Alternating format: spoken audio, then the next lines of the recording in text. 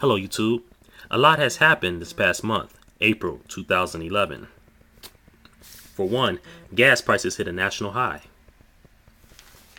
The Federal Reserve held its first press conference. While the national news focused on AIG bonuses in March 2009, the Federal Reserve bought $1 trillion of U.S. Treasury bonds. Now, while national news focus on Westminster Abbey, the royal wedding, gas prices, and Osama Bin Laden's death, the Federal Reserve Chairman Ben Bernanke says it will complete its purchases of $600 billion of long-term U.S. Treasury bonds by the end of the quarter. In his words, to foster maximum employment and price stability. The Federal Reserve is trying to be more transparent while pumping more inflation into our economy.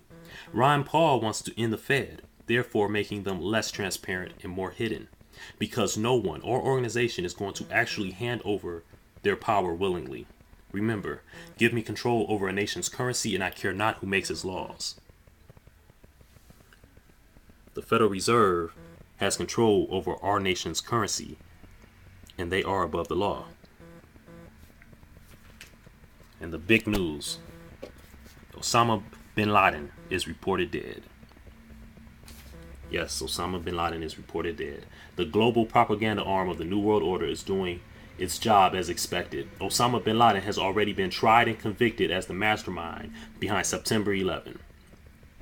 America has become embroiled in a religious war that engulfed the entire Middle East. Who will gain from this war? What are some of the possible results? Islamic fundamentalism was supported by the British and American governments during the Cold War.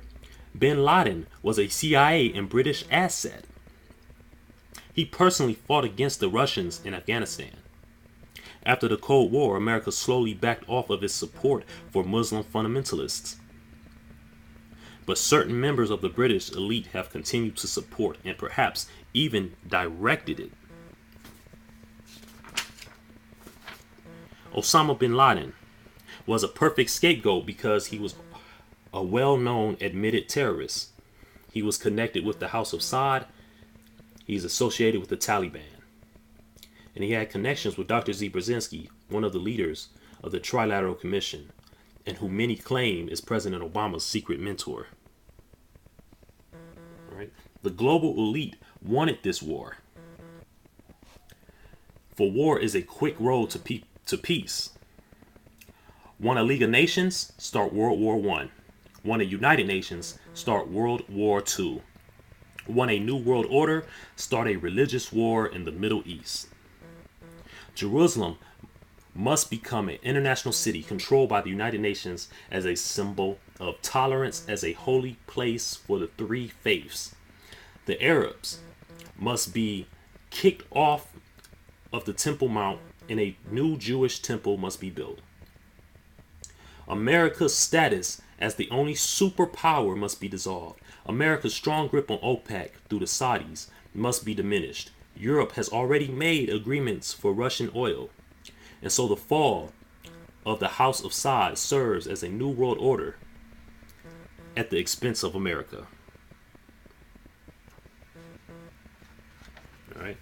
Some sources even say that Osama bin Laden was already dead for 9 years and that US and Britain covered it up to continue the war on terror. Right.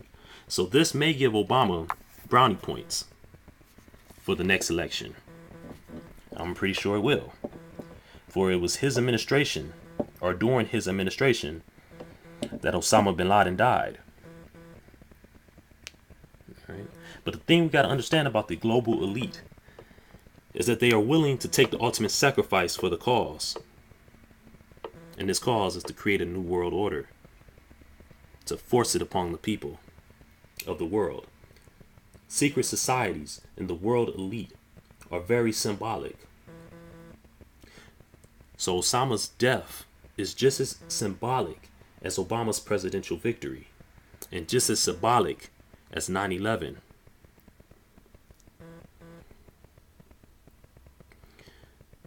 This may put a lot more focus on Libya So we don't know if our troops will come home.